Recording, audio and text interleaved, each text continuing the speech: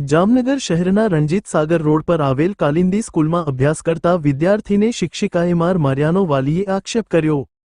જામનગર શહેરના રણજીત સાગર રોડ પર આવેલ કાલિંદી સ્કૂલમાં ત્રીજા ધોરણમાં અભ્યાસ કરતા દીપ ભદ્રા નામના ત્રીજા ધોરણના વિદ્યાર્થીને કોમ્પ્યુટરની ટીચર દ્વારા માર મારવામાં આવ્યો હોવાનો આક્ષેપ વિદ્યાર્થીના વાલી દ્વારા કરવામાં આવ્યો છે।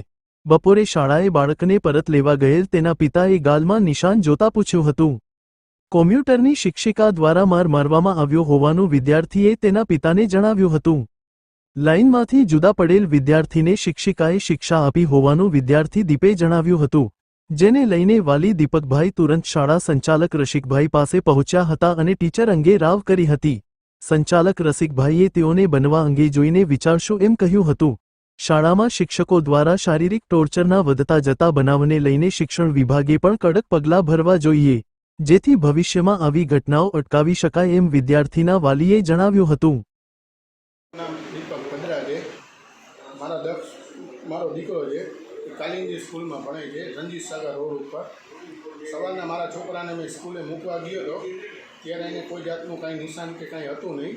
આજે સવારે 12:30 વાગે હું એને તેડવા ગયો સ્કૂલે, ત્યારે મારા છોકરાને ગાલ ઉપર નિશાન હોવાથી મેં એને પૂછ્યું કે બેટા શું થયું? તો મારા છોકરાએ કીધું કે મને મેડમે માર્યો। તો મેં કીધું કેમ માર્યું? તેને કીધું કે હું લાઇનમાંથી બહાર નીકળ્યો તો મેડમે મને ઝાપટ મારી, અને એ મેડમની અમે રજૂઆત કરવા ગયા તો મેડમ કહે મેં નથી માર્યું। પછી રસિક સરને અમે રજૂઆત કરી તો એને એમ કીધું કે અમે જોઈને વિચારી લઈશું। એટલે સર, હવે મારા છોકરાને એવો માર્યો છે કે ગાલ ઉપર એવા લોહી ઉઠી આવ્યા છે, એ તમે જોઈ શકો છો।